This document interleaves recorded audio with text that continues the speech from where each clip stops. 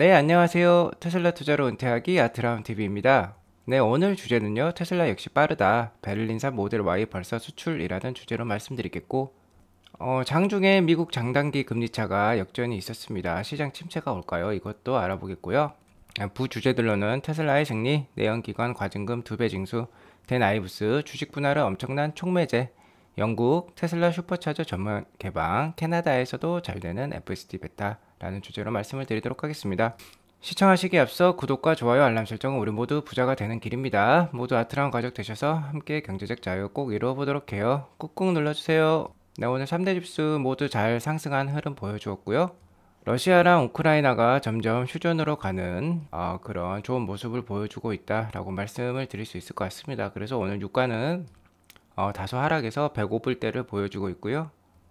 인플레이션 우려감 하락으로 증시는 크게 상승했다라고 보시면 될 것 같습니다. 말씀드렸다시피 장중에 장단기 금리차 2년물과 10년물 미국 국채금리가 반전이 있었다. 그러니까 역전이 있었고요. 필라델피아 연은 총재가 연준이 대차 대조표 곧 축소한다. 그러니까 양적 긴축 QT를 한다라고 지금 발표를 하고 있습니다. 아마 5월 달에 될 가능성이 높죠. 자, 전쟁 우려감이 이제 지정학적 리스크가 줄어들면서 리오프닝 주식, 뭐 항공, 레저, 숙박 이런 업체들이 오늘 많이 상승을 했고요. 기술주도 나스닥 반등과 함께 많이 상승했고, 자, 유가가 떨어지고 전쟁 우려감이 줄어들면서 에너지랑 방위 산업은 하락했다라고 보시면 될 것 같습니다. 자, 리오프닝 관련된 주식들은 이쪽 우측 상단에 많이 포진되어 있습니다. 뭐 레스토랑, 여행, 뭐 항공, 그리고 뭐 리조트, 뭐 이런 업체들이 여기 몰려 있고요. 지금 다 밝은 초록색으로 강한 모습 보여주고 있습니다. 자, 그리고 오늘 나스닥이 많이 올랐으니까 이렇게 기역자로 포진하고 있는 기술주들 많이 올랐고요. 자, 버크셔 해서웨이, 그 다음에 에너지 이런 주식들이 최근 가장 강력한 주도주였는데 오늘은 다소 하락하는 흐름을 보여주었고, 전반적으로 잘 올랐던 헬스케어도 오늘 좀 하락이 있었습니다. 지금 좀 어느 정도 시장이 반전되는 흐름 보여주고 있겠다라고 말씀을 드리도록 하겠습니다. 방위산업주도 오늘 좀 안 좋았네요. 자, 오늘 증시에 가장 강력한 상승 요인을 주었던 게 바로 터키에서 있었던 러시아랑 우크라이나의 5차 평화협상이었는데요. 러시아 국방부가 이날 회담을 통해서 키이우, 체르히니우 두 전선에서 군사활동을 과감하게 줄이겠다라고 얘기를 하고 있고요. 계속해서 두 국가 간의 협의가 잘 이루어지고 있다라고 보면 될 것 같습니다. 아무래도 우크라이나 입장에서는 지금 너무나도 많은 민간인들이 죽었고요. 국가가 엄청나게 황폐화되고 있습니다. 그래서 아무래도 뭐 나토 가입은 좀 포기할 것 같고, 뭐 돈바스 지역 같은 경우 러시아에 좀 할당을 할 수도 있겠다라고 좀 보고 있고요. EU에는 가입하는 것으로 좀 그런 방향을 잡고 있는 것 같습니다. 러시아도 이것에 대해서 어느 정도 좀 만족한 입장인 것 같아요. 그래서 지금 군사활동 과감하게 줄이겠다, 휴전을 하겠다라는 뜻을 보여주고 있습니다. 그렇기 때문에 유가가 점점 안정이 되고요. 그동안 하락이 심했던 위험자산, 뭐 주식이라든지 비트코인이라든지 이런 데에 대한 선호 심리가 올라가고 있다라고 보시면 될 것 같습니다. 하지만 좀 우려할 만한 이슈가 있겠는데요. 금일 장중에 장단기 금리차, 그러니까 미국의 10년물 국채랑 2년물 국채 금리가 한때 역전이 됐었습니다. 지금 오늘 오전에 뽑아 본 이 수치에 따르면은 거의 뭐 0.025% 차이, 그러니까 거의 2bp 차이밖에 안 나요. 거의 지금 한때 역전을 했고, 지금은 다시 10년물 국채 금리가 살짝 더 높은 수준이지만 거의 금리 차이가 없는 수준을 보여주고 있다라고 보시면 될 것 같고, 10년물 국채 금리는요, 경기 전망을 내포하고 있습니다. 그러니까 10년물 국채 금리가 올라간다는 것은 향후 경기 전망이 좋다는 뜻이고요. 자, 이게 떨어진다는 거는 경기 전망이 안 좋다는 거죠.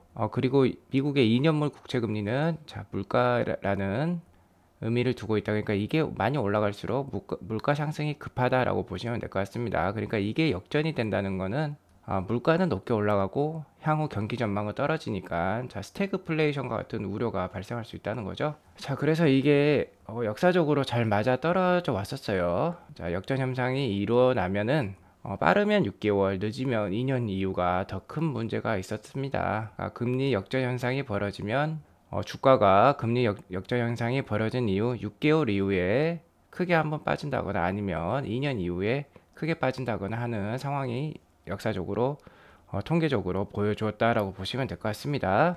특히 최근에 금리 역전 현상이 벌어졌을 때는 2019년 한 뭐 하반기쯤이었는데요. 그때 금리 역전 현상이 이때 벌어지고 거의 뭐 한 6개월, 반년 만에 코로나까지 터지면서 그때 이제 시장 침체가 급격하게 찾아왔었죠. 근데 이때는 좀 특별한 경우였었던 것 같아요. 코로나라는 자, 우리가 전혀 예상할 수 없는 상황이 벌어졌기 때문이고 보통 역전 현상이 일어나면은 자 이때입니다. 06년도 05년도에 보시면은 자 2년 후인 2017년 11월 이때부터 이제 글로벌 금융 위기가 나왔었죠. 리먼 브라더스 사태였습니다. 그래서 거의 2년 이후에 더 큰 문제가 일어났던 상황이 많았어요. 그래서 우리 개인 투자자들이 생각해 볼 거는 빠르면 진짜 6개월 아니면 보통은 한 2년 이후에 경기 침체와 함께 주가 침체가 올 것이다. 이렇게 보면 괜찮을 것 같습니다. 아무튼 지금 당장은 금리 역전 현상이 벌어졌다고 해서요.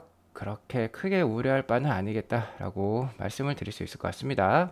어쨌든 오늘 나스닥 차트 일봉 차트를 보면요. 제가 말씀드렸던 이 쌍봉 14,500선을 정말 강력하게 좀 뛰어넘었다라고 보시면 될 것 같습니다. 지금부터는 이제 자 여기 저항선이 그래도 위에 자리 잡고 있기 때문에 옆으로 기는 흐름이 나오겠지만 크게 그렇게 한 번에 빠지지는 않을 것 같다. 빠지더라도 바로 저가 매수가 들어오면서 자 안정된 흐름을 충분히 나스닥 지수가 보여줄 수 있을 것 같다라고 말씀을 드릴 수 있을 것 같고요. 지금 보시는 차트는 이제 테슬라 일봉 차트인데 테슬라가 그간 거의 10거래일 이상 지금 강력하게 반등을 보여줬기 때문에 오늘은 0.71% 상승했지만 음봉으로 마무리한 하루였다. 오늘은 그래도 자 위에서 누르는 세력 그러니까 매도 세력이 좀 많았던 하루였다라고 보시면 될 것 같습니다.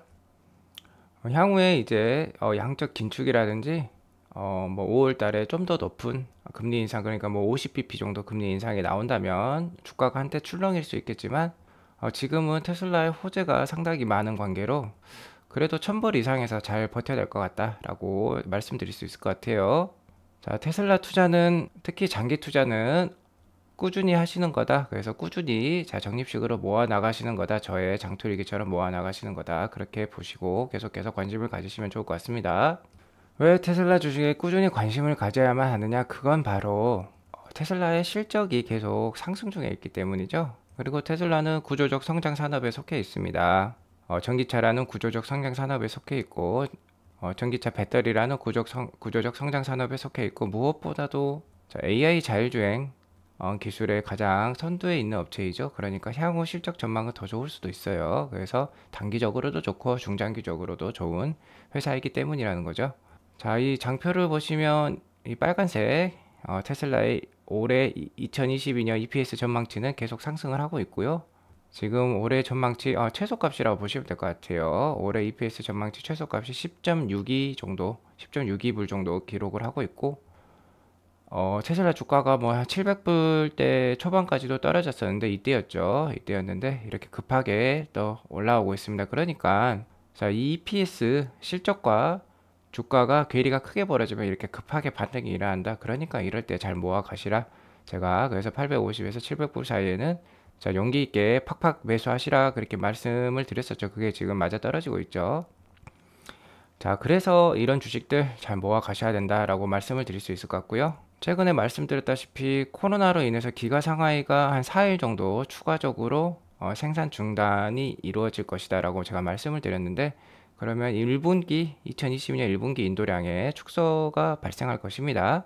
자, 그래서 시장에서는 31만 1천대 1분기 인도량을 예상을 하고 있고요. 기존 31만 2천대보다 한 1000대 정도 줄였어요. 그리고 올해는 한 147만 4천대 정도로 보고 있고 올해는 그냥 기존 대비 좀 올렸네요. 하지만 제가 생각하는 테슬라의 올해 인도량은 한 160만 대 못해도 150만 대는 넘을 것이다 라고 보고 있고 지금 중요한 사항은 이제 4월 2일 인도량 발표가 중요한 대목이 되겠습니다. 제가 말씀드렸다시피 테슬라가 최근 한 10 영업일 동안 상당히 큰 폭으로 반등을 보여주었기 때문에 어느 정도 쉬어갈 흐름이 나왔죠. 쉬어갈 흐름이 나오기도 하였고 자, 그것을 결정지을 게 바로 4월 2일에 있을 인도량 발표가 되겠다. 인도량 발표가 월가 예상치를 훌쩍 뛰어넘으면 오히려 지금보다 주가가 한 단계 더 레벨업 할 수 있고요. 자, 이 인도량보다 더 낮은 수치가 나왔다 하면은 아무래도 실망 매물이 많이 나오기 때문에 주가가 좀 하락할 수도 있겠다라고 말씀을 드릴 수 있을 것 같습니다. 그래서 4월 2일이나 4월 3일 정도가 분수령이 되겠다라고 알아두시면 좋을 것 같아요. 자, 다음 뉴스입니다. 기가 베를린이 3월 22일 날 오픈을 했었죠. 그래서 그때 한 30대 모델 Y 퍼포먼스를 일론 머스크가 직접 인도를 했었습니다. 인도식에 직접 뭐 사인도 해주고요. 수령자들한테 사인도 해주고 뭐 같이 기념 사진 촬영도 해주고 하면서 딜리버리를 했었는데 벌써 이제 주변 국가로 수출이 되고 있습니다. 베를린산 모델 Y가 어디로 먼저 수출이 됐냐? 바로 덴마크입니다. 자, 이분께서 덴마크 첫 번째 차주신 것 같아요. 모델 Y, 기가 베를린산 모델 Y를 처음으로 인도받은 덴마크 분이시다라고 보면 될 것 같고, 자, 이날 사진 찍을 때 첫 번째 5대의 모델 Y 퍼포먼스 차량이 덴마크에 인도가 되었다고 합니다. 역시 테슬라의 속도는 빠르다라고 말씀을 드릴 수 있을 것 같고요. 이렇게 기념 사진을 이렇게 축배를 들면서 하고 있네요. 아무래도 각 국가마다 첫 번째 인도식은 이렇게 행사를 하며 사진 촬영을 하면서 홍보를 하겠죠. 자, 독일은 EU에 속해 있고 EU에 속한 국가들은 자, 유럽에 엄청나게 많죠. 자, 그 국가들에 뭐 수출하는 거는 물론 물류비도 이제 배를 쓰지 않기 때문에 훨씬 더 싸겠지만 무엇보다 중요한 건 이제 세금이 없다는 거죠. EU 간에는 이제 관세가 없기 때문에 훨씬 더 높은 마진을 보일 수도 있고요. 계속해서 즉시에 모델 Y를 배달할 수 있겠다. 그러니까 훨씬 더 빨리빨리 판매를 할 수 있다는 거죠. 자, 계속해서 기가 베를린 아주 큰 이슈, 큰 성장 모멘텀이 될 수 있는 이슈다. 기가 베를린 오픈은. 자, 그렇게 보시면 될 것 같고, 유럽은 특히 세계에서 세 번째로 큰 시장입니다. 일단 중국이 지금은 가장 크고요. 그 다음에 미국이라고 할 수 있겠죠. 그래서 유럽이 한 세 번째로 큰 시장이다. 테슬라 입장에서는 물론 미국이 가장 큰 시장이고 중국이 두 번째로 큰 시장이겠지만, 자, 유럽은 또 세 번째로 큰 시장이다 라고 보시면 될 것 같습니다. 자, 이렇게 인도하는 차량들이 계속해서 유럽 곳곳으로 다닐 것이다. 이런 인도 트레일러들이 계속해서 다닐 것이다 라고 보시면 될 것 같습니다. 자, 다음 뉴스입니다. 미국 고속도로 교통안전국 NHTSA에서 연비 관련해서 과징금을 2배 이상 올리겠다라고 하고 있습니다. 자, 이것은 내연기관 업체들에게 해당하는 뉴스라고 보시면 될 것 같고요. NHTSA에서 정한 연비 기준이 있어요. 그래서 2019년 이후에 생산된 모델 중에서 NHTSA에서 정한 연비 기준을 충족하지 못하는 자동차들을 모두 모아가지고 그 차량 대수를 이제 세어보는 거죠. 그래서 그 차량 대수가 많으면 많을수록 과징금을 내는데 기존에는 10마일 per 갤런당 5.5불을 냈었어요. 근데 이것을 14불로나 올렸다고 합니다. 그리고 2022년에 최근에 나온 모델의 경우는 과징금이 15불에까지 달한다고 해요. 자, 엄청나죠. 거의 뭐 2배가 아니라 3배 가까이 됩니다. 자, 그렇기 때문에 내연기관 업체들이 연비 기준 충족 못하면 엄청나게 많은 벌금을 내겠다라고 보시면 될 것 같아요. 특히 미국에서 만든 차량들, 뭐 GM, 포드에서 만든 차량들, 뭐 픽업 트럭, 뭐 이런 경우는 상당히 연비가 떨어지는 차량들이 많죠. 자, 그러면 과징금이 엄청날 수 있습니다. 자, 이것은 테슬라에게 아주 좋은 뉴스라고 할 수 있는데요. 물론 테슬라는 자, 과징금도 없겠지만 중요한 점은 이런 이제 자동차 업체들, 다른 경쟁자 업체들도 전기차로 빨리빨리 이제 전환을 해야만 하는 것이죠. 테슬라가 가장 바라는 상황입니다. 시장의 파이가 커지면 테슬라가 더 먹을 게 많은 거죠. 그러니까 이런 뉴스들은 전기차 시장의 파이, 전체 시장의 파이를 크게 키워줄 이슈다라고 보시면 될 것 같고요. 전기차 이퀄 테슬라라는 생각을 특히 미국 고객들은 많이 가지고 있습니다. 그래서 예전에 뭐 슈퍼볼 이런 미식축구 게임에서도 광고에 장이 펼쳐졌죠. 전기차 광고에 장이 펼쳐졌었는데 그때 이제 GM, 포드 이런 데서도 전기차 광고를 많이 했어요. 뭐 기아에서도 했고 했는데 사람들은 그 전기차 광고 내연기관 카메이커들의 전기차 광고를 보고 오히려 테슬라를 떠올렸다는 거죠. 자, 그러니까 이런 것들은 아주 테슬라의 좋은 뉴스다. 물론 테슬라 과징금을 낼 이유도 없지만 전기차 시장의 파이를 전체적으로 키워주는 아주 좋은 뉴스다라고 보시면 될 것 같습니다. 다음 뉴스입니다. 댄 아이브스, 자, 레드부스의 수석 애널리스트죠. 자, 테슬라에 대해서 아주 좋은 분석을 많이 보여주고 있는데요. 주식 분할과 관련돼서 이렇게 얘기했어요. Stock split news will be a massive catalyst for the stock over the next few months. 그러니까 자, 엄청난 주가 상승의 촉매제다. 향후 뭐 수개월 동안의 주가 상승 촉매제라고 얘기를 하고 있고요. 댄 아이브스는 팁랭크스라고 자, 모든 애널리스트들의 순위를 매기는 사이트입니다. 그래서 7,918명의 애널리스트 중에서 86이나 하는 정말 뛰어난 애널리스트예요. 자, 이분께서 테슬라 주식의 연초에 목표가 1,400불을 올해 제시를 했었고요. 자, 불 케이스 많이 올라갈 때는 1,800불까지도 올라가겠다라고 얘기를 하고 있습니다. 댄 아이브스는 이렇게 말하고 있어요. 자, 아마존과 마찬가지로 그리고 구글 및 애플과 마찬가지로 현명한 전략적 움직임이다. 자, 주식 분할에 대해서 전략적 움직임이라고 얘기를 하고 있고 향후 주가 상승에 강력한 촉매제가 될 것이다 라고 밝히고 있습니다. 자, 물론 주식 분할은 단순한 숫자만 뭐 늘리는 거다, 주식의 숫자만 늘리는 거다라고 생각할 수 있습니다. 기업의 펀더멘탈과는 별개의 이슈인 거죠. 하지만 중요한 점은 이렇게 주식 분할하는 과정에서도 테슬라의 펀더멘탈, 그러니까 기업 가치는 계속해서 상승하고 있다는 거예요. 자, 기가 베를린, 기가 텍사스 오픈, 기가 텍사스 오픈은 4월 7일에 있죠. 자, 이렇게 계속해서 주가 상승을 일으킬 수 있을 만한 모멘텀이 작용을 하고 있고, 이미 올해 2022년 생산 오도량은 거의 다 지금 채운 국면입니다. 자, 그렇기 때문에 엄청난 수요가 있기 때문에 최근에 테슬라가 모델 Y, 모델 3 가격도 상당히 올렸었죠. 자, 이런 것들은 기업 가치를 계속해서 올려주는 이슈이기 때문에 이러한 상황에서 주식 분할은 아주 강력한 호재라는 뜻인 겁니다. 자, 앞으로도 지속 테슬라 주가의 하방을 든든하게 지지할 이슈가 바로 주식 분할이라고 할 수 있겠고요. 6월 달에, 그러니까 올해 6월 달에 주주 연례 총회가 있습니다. 그러면 그때 아마 주식 분할이 결정이 될 것 같은데요. 그 6월까지 계속해서 하방을 단단하게 지지해줄 이슈가 바로 주식 분할이다라고 생각해 보시면 될 것 같습니다. 그러니까 테슬라 주가가 강력하게 너무 많이 떨어질 것 같진 않아요. 일단 그렇게 제가 판단을 하겠고, 짧게 몇 가지 뉴스만 더 알려드리자면 캐나다에도 FSD 베타가 출시를 했는데요.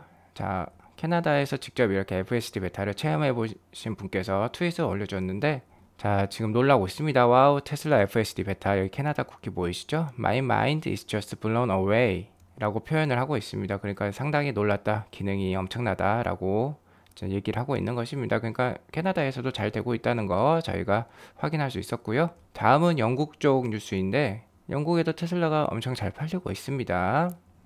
그래서 테슬라에서는 이제 슈퍼차저를 영국에도 많이 설치를 하고 있는데, 다른 EV 브랜드 소유자, 그러니까 뭐 기아, 뭐 EV6, 현대 아이오닉 이런 차량들도 여기 가서 이제 슈퍼차저를 이용할 수 있다는 뜻이에요. 영국 교통부 장관에 따르면 몇 주 이내 영국의 모든 EV 소유자는 곧 테슬라 슈퍼차저를 사용할 수 있을 거라고 합니다. 테슬라는요, 이미 2021년 11월, 그러니까 작년 11월에 네덜란드에서 첫 번째 시험을 시작했어요. 어떤 시험이었냐? 슈퍼차저를 모든 EV 브랜드에게 개방을 했었습니다. 그리고 프랑스랑 노르웨이에도 확대를 했었어요. 자, 이거 관련해서 좀 걱정이 있죠. 슈퍼차저 이렇게 개방하면 테슬라 소유주들한테 불만이 있는 거 아니겠냐, 과부하 문제가 일어날 수 있다는 거죠. 하지만 아직 그런 문제는 보고되지 않았다고 합니다. 아무래도 다른 EV 브랜드는 좀 더 높은 가격으로 테슬라 슈퍼차저를 이용하기 때문에 아마 그런 과부하 문제는 없는 것 같아요. 아무튼 이것도 중장기적으로 옳은 선택이다 라고 제가 말씀을 드릴 수 있을 것 같고, 좀 전에 말씀드렸던 뭐 NHTSA에서 과징금 부과한 이슈와 마찬가지로 전기차 전체의 파일을 크게 만들 수 있는 이슈다. 전기차의 가장 큰 문제점은 바로 충전 인프라 부족이라 할 수 있겠죠. 충전 인프라가 부족해서 불편하면은 전기차 사용이 상당히 어려워지게 됩니다. 근데 이렇게 테슬라가 발벗고 나서서 이렇게 인프라를 확장을 시켜준다는 거죠. 어쨌든 이런 게 중장기적으로는 테슬라에게도 좋은 선택이 되겠다라고 말씀을 드리며 오늘 방송을 마치도록 하겠습니다. 항상 시청해 주셔서 감사하고요. 나가시기 전에 구독과 좋아요, 알람 설정 꾹꾹 눌러주세요. 행복한 수요일 보내시기 바랍니다. 감사합니다.